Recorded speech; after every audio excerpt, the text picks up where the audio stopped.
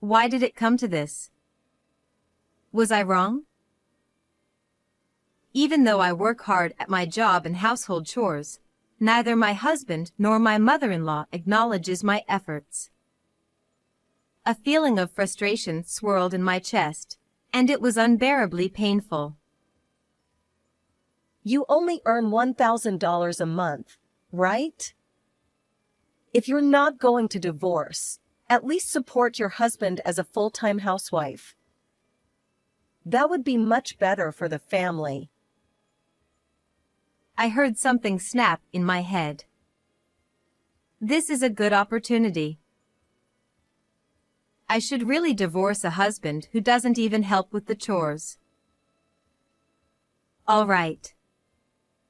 I'll divorce. This was the trigger that led to the discovery of my husband's outrageous lies, and both my mother-in-law and husband ended up in a debt hell. My name is Sadie.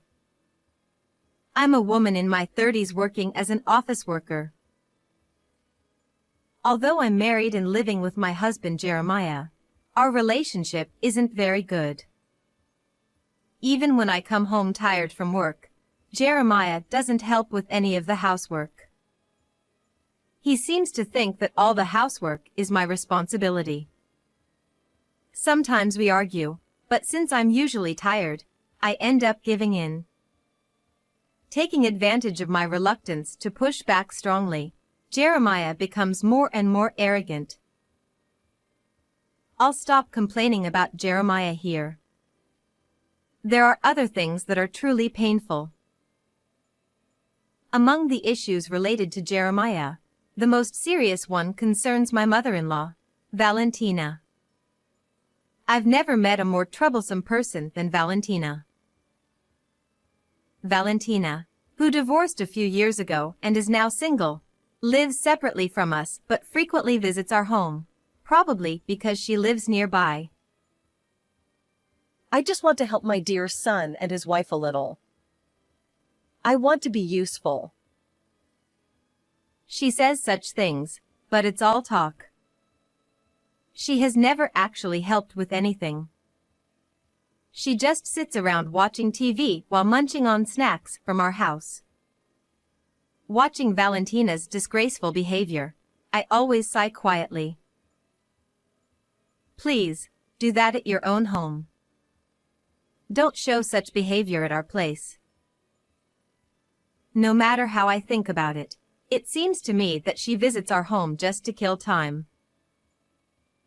Well, it's still better if they just do nothing, but Valentina, together with Jeremiah, sometimes causes me a lot of stress. And it's the kind of stress that's unbearable and fatal. One day, after finishing an enormous amount of work and returning home exhausted, thinking I could finally take a breather, I found Valentina and Jeremiah in the living room. I could only be exasperated by Valentina, who was there as if it were the most natural thing. I couldn't understand it, but it seemed they were just sitting and waiting for the food to be served. You're quite late. Make dinner quickly. Jeremiah is right. We're starving here. Jeremiah and Valentina were rushing me as if it were only natural for me to cook. I felt my fatigue double. My work was just entering its busy season, and on this day, I had managed to come home relatively early. Jeremiah and Valentina didn't know this, so they said whatever they pleased without any consideration. Valentina, in particular, probably didn't understand the difficulty of my work or even the meaning of my work. It was useless to argue with such people. I'm sorry, I said, offering a perfunctory apology, and dragged my exhausted body to change clothes, tied the apron strings, and retreated to the kitchen. There wasn't much in the refrigerator. There were barely enough ingredients for 2 people, but making enough for 3 was questionable. It couldn't be helped. I didn't have the energy to go shopping after work, and I had no way of knowing Valentina would be there. Besides, it was absurd that I had to cook for Valentina as well. I sighed as I cut the carrot that had been lying in the corner of the refrigerator. The sound of the knife chopping the carrot mixed with the sound of the TV and the exaggerated laughter of Jeremiah and Valentina from the living room. I wished they would at least help, but it was always like this, so there was nothing I could do. Forcing my tired body to move, I somehow continued cooking. I managed to prepare soup, reheated bean sauté, and salad, making 3 dishes each. Just as I was about to carry them to the living room, Jeremiah, lured by the smell, came in. His face gradually clouded over. The next moment, Jeremiah and Valentina said something shocking. What is this? After making us wait so long, this is all we get? And bean sauté again? I give you so much money every month. Make something more luxurious. Really? Can't you make something better? Usually, you should make at least 7 dishes. Are you feeding Jeremiah such meager meals every day? They insulted me without any consideration for my tired body. I couldn't help but hang my head. Making more than 7 dishes for dinner every day after work is impossible for an ordinary housewife. Valentina probably didn't do that much even when she was younger, and certainly not now. I didn't see Valentina as such a diligent person. Unable to bear it any longer, I said in a trembling voice, I'm sorry. This is all I could manage. But today, I had a lot of work and was very tired, so I couldn't go shopping. Please forgive me with this amount. Before I could finish, more insults came flying. You can go shopping after work, can't you? Can't you even do housework properly as a wife? You're a useless wife. At least have Jeremiah help, I said. Ha! What are you talking about? I'm tired from work too. And you have the nerve to ask for help? Jeremiah is earning well, isn't he? It's only natural for him to rest at home. Supporting him is your job as a housewife, isn't it? You're really a useless wife. Valentina even went as far as to say that if I had complaints, I should start earning properly first. She seemed to have no intention of understanding my struggles from the beginning. I had no energy to retort and could only keep bowing my head. This kind of exchange didn't start today. Every time Valentina comes to our house, this kind of back and forth repeats. It feels like her insults escalate each time. Especially recently, I've been called a useless wife more frequently. I may not be perfect as a housewife, but I want her to understand that I'm doing my best. I can't endure this much longer. One day, after such incidents had been continuing, I took a paid leave and stayed home from work. Seeing my pale face at the office, my boss, unable to bear it, gave me the day off. It was truly a blessing amidst the ongoing busy season. Fortunately, Jeremiah was out for work. I was genuinely relieved, not knowing what kind of argument might ensue if we met. That morning, thinking I could finally relax, I heard the front door open violently with a clatter. Suspecting something, I jumped off the sofa and rushed over, only to find Valentina standing there as expected. By now, I was used to it, but does this person not have the concept of ringing the intercom? Oh? Jeremiah isn't here today? She said as she barged into the house. Valentina plopped down on the sofa where I had been lying just moments ago. Why are you at home today? When I said I had the day off, Valentina let out a conspicuous sigh. You took paid leave, didn't you? With such little earnings, you don't have time to rest, do you? Somehow, she seemed even more irritable than usual today.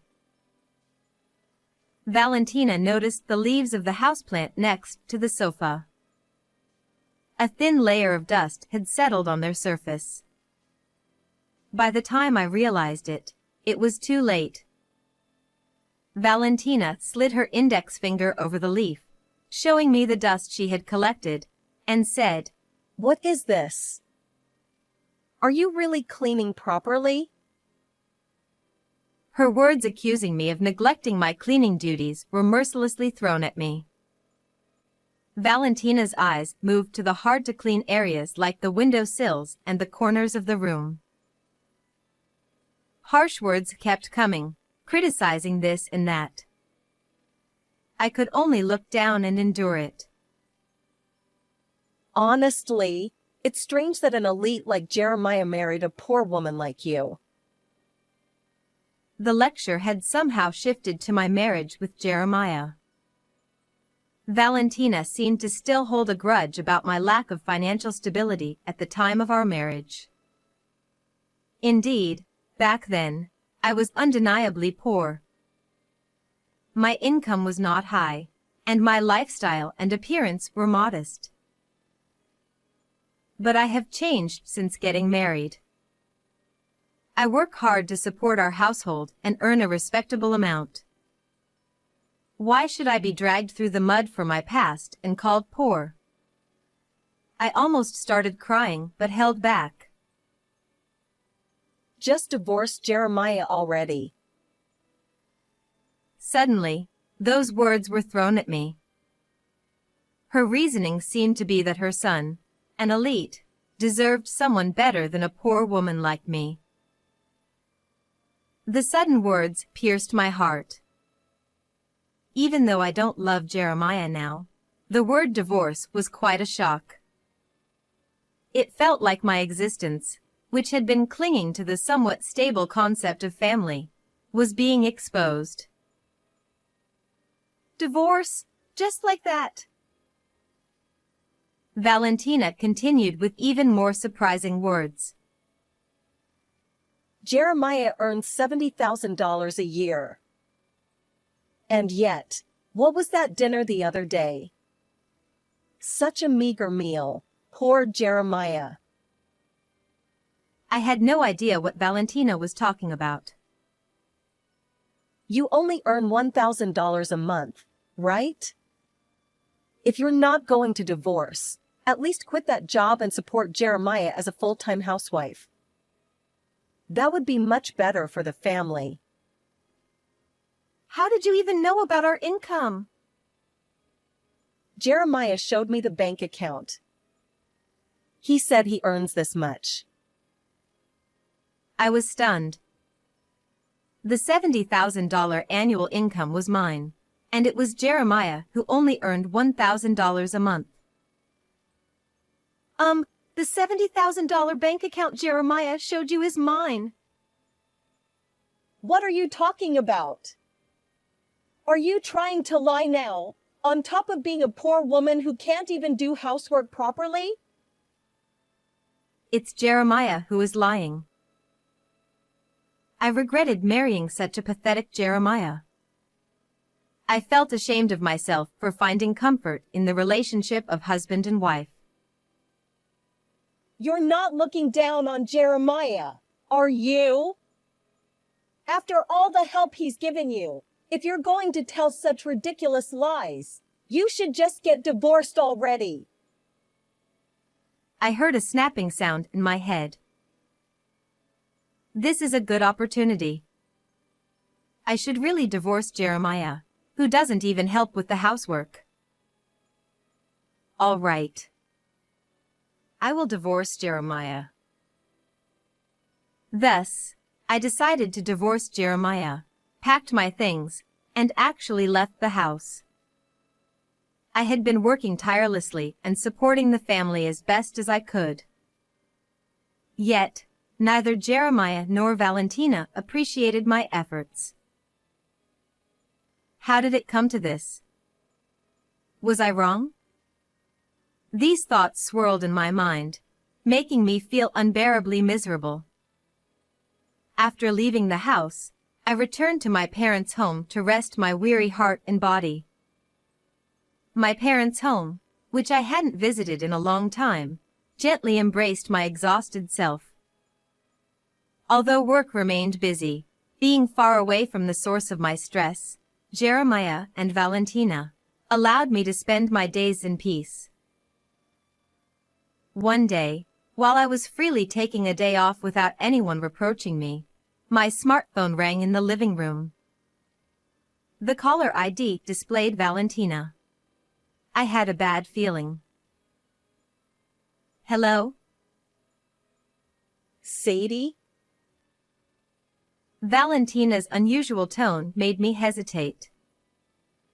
Once she calmed down enough to talk, she told me about the situation after I left.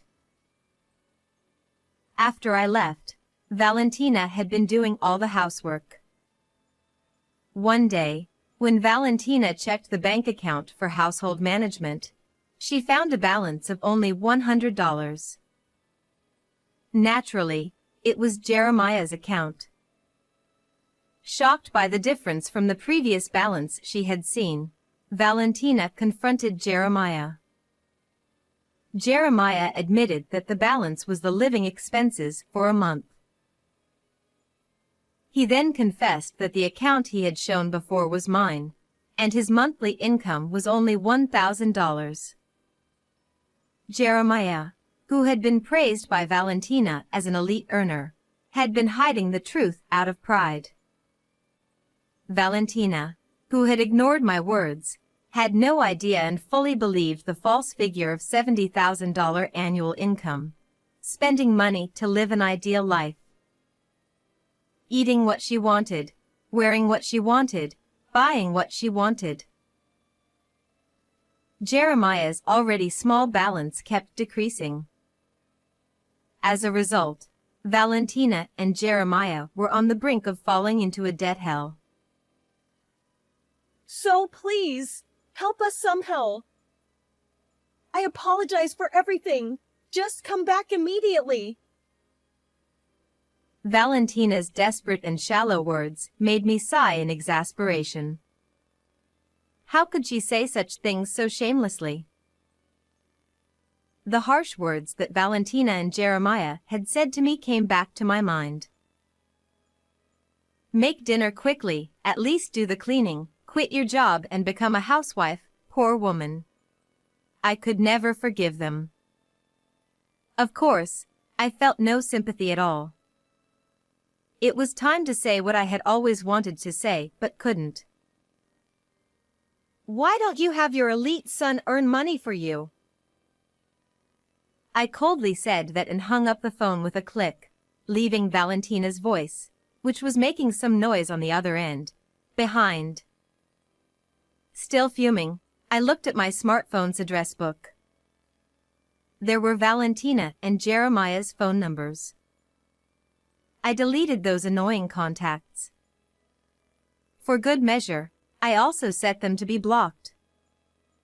I had to free myself from Valentina and Jeremiah's curse. To sever this relationship quickly and surely, I took further action. I searched for a reputable lawyer online and through acquaintances.